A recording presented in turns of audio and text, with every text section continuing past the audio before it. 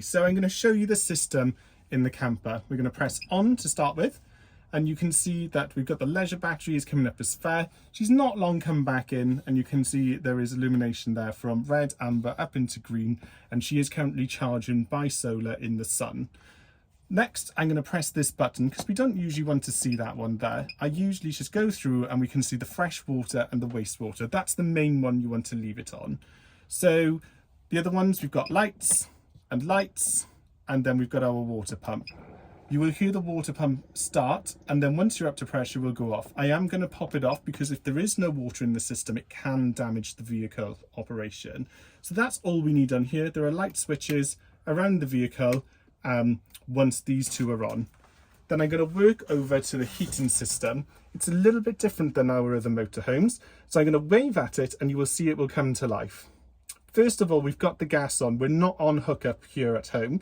So I'm going to do the inside heating and I'm going to hold down until it turns blue. And to adjust the temperature, you just go up and down as so.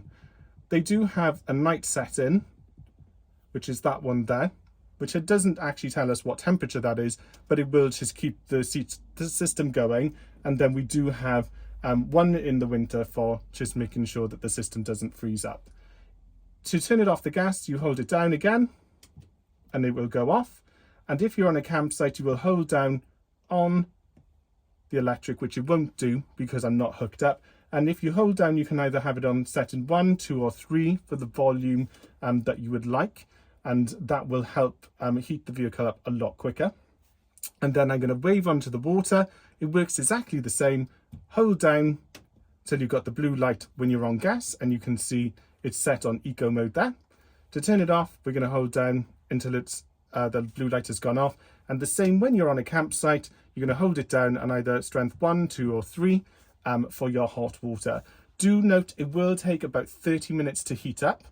And if you do have an error code, which there will be a little exclamation mark come on either of the systems, you can just hold this button down for 5 seconds and count to 5 and release it, and that should go. You might need to do it a number of times if you have let the system try to start and it hasn't had either gas or electric hookup.